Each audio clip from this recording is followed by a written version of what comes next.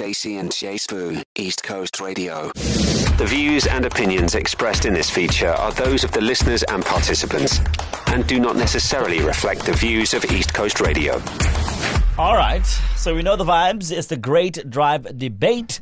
We give you a situation, you analyze it, and then, today we have a professional who's going to give us some full advice on this one. So let's start the setup, okay? So here we go.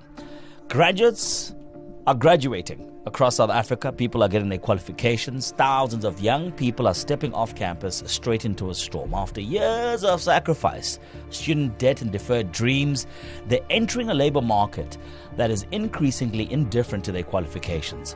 Graduate unemployment has nearly doubled over the past decade and a half, from 5.8% in 2008 to 10.3% today. Meanwhile, the world of work is shifting faster than any university syllabus can keep up with. So, argument one, the reality check. It's not worth it. It's not worth it. Some believe that the maths doesn't add up anymore. You can spend 3 to 4 years, you can rack up tens of thousands of hundreds of thousands of rands in fees and emerge into a job market that goes sozzles, not today. When a matric holder with hustle and a Wi-Fi connection can out-earn a graduate through a side business, freelancing, or maybe a trade skill, what exactly is the degree buying you, right? You then couple that with the student loan that follows you forever and ever and ever. How many South African families, especially those who sacrifice the most to get their kids to graduation day, that return on investment is becoming harder and harder to justify? The workplace is changing, and too many degrees simply aren't keeping pace or are landing at all. Yeah.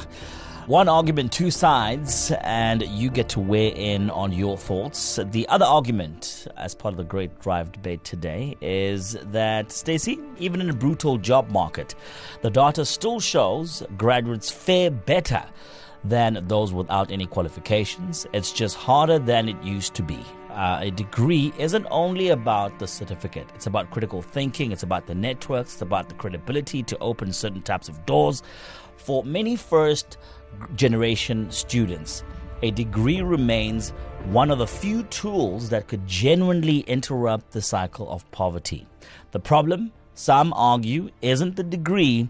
It's the broken economy that we live in that needs a lot of fixing. Abandoning tertiary education would be blaming the map for a bad road.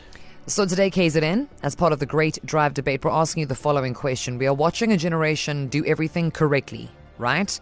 And they're still struggling. But does that mean the degree is broken or that the system around it is?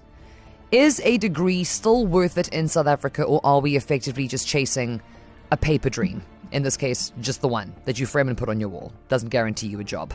WhatsApp your voice notes, 061 792 9495, or give us a call on 087 086 9495. Up first from PMB, we have Andrew. Andrew, welcome to the show. How are you? Hi guys, how are you guys doing? So good. Now, Andrew, where do you land on this? Are we rocking a degree? Are we optimistic one day will materialize? Are you thinking, nah? No, so we rock the degree, but then we end up in the middle of the ocean. That's what happens with teaching. So I'm an educator in KZN. So I've studied to become an educator. But the thing is, education is just failing us, guys. I mean, we study really hard.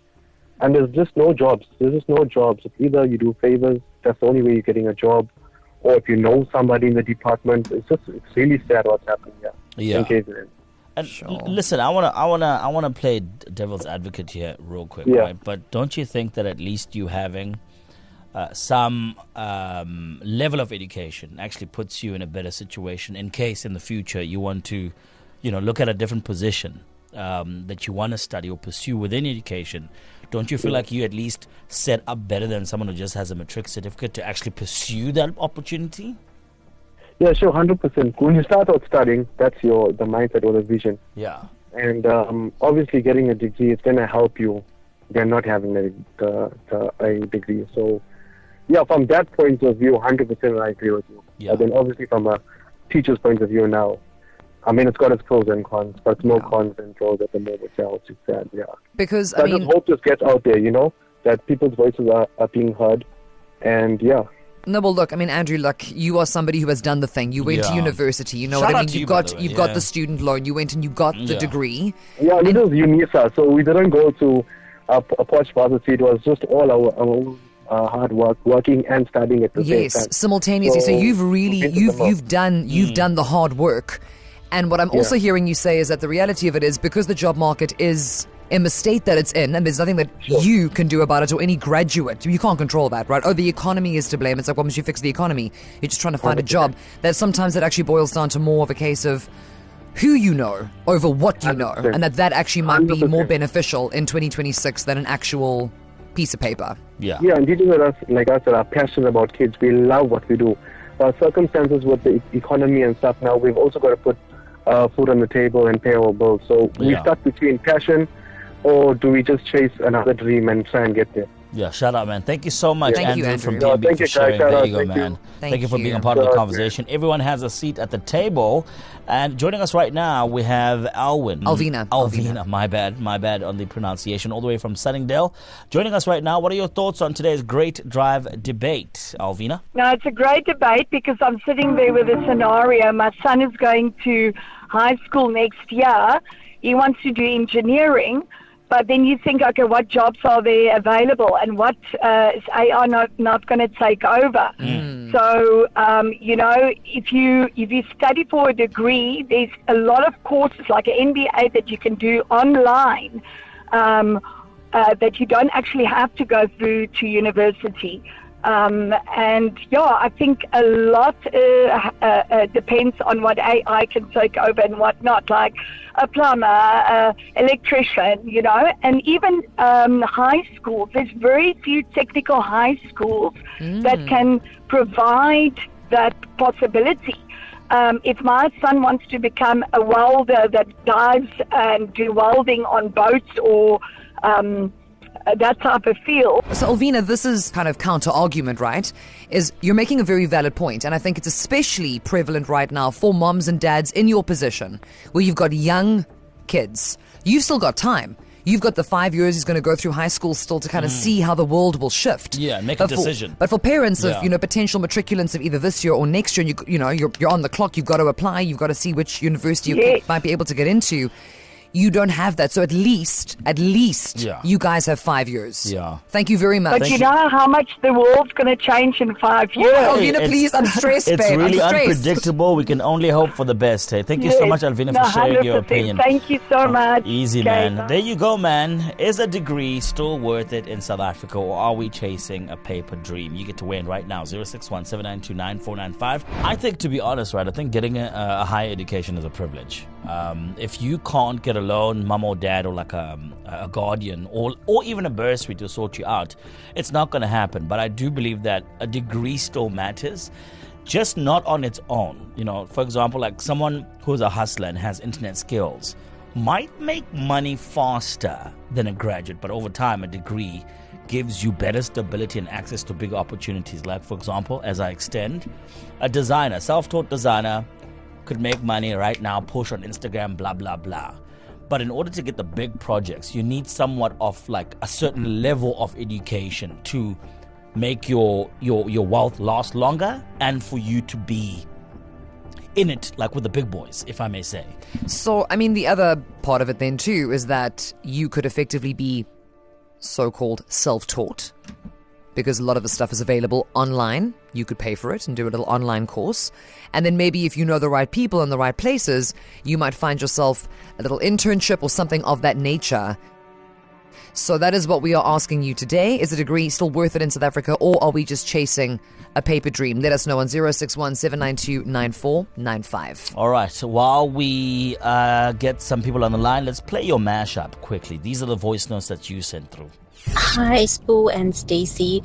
A big problem is amongst medical graduates. The country is short of doctors, and we struggle within the system with short staff, but doctors coming out of medical school and post-community service are unemployed. So yes, it's our economy that's struggling. Yeah, so studying into medicine is really expensive, and we have unemployed doctors in a country that needs doctors. Stefan from Pinetown. The only degrees I care about is the degrees outside. Can't be too hot. I need cold weather. I'm a white person. I'm from Europe. I don't need hot weather.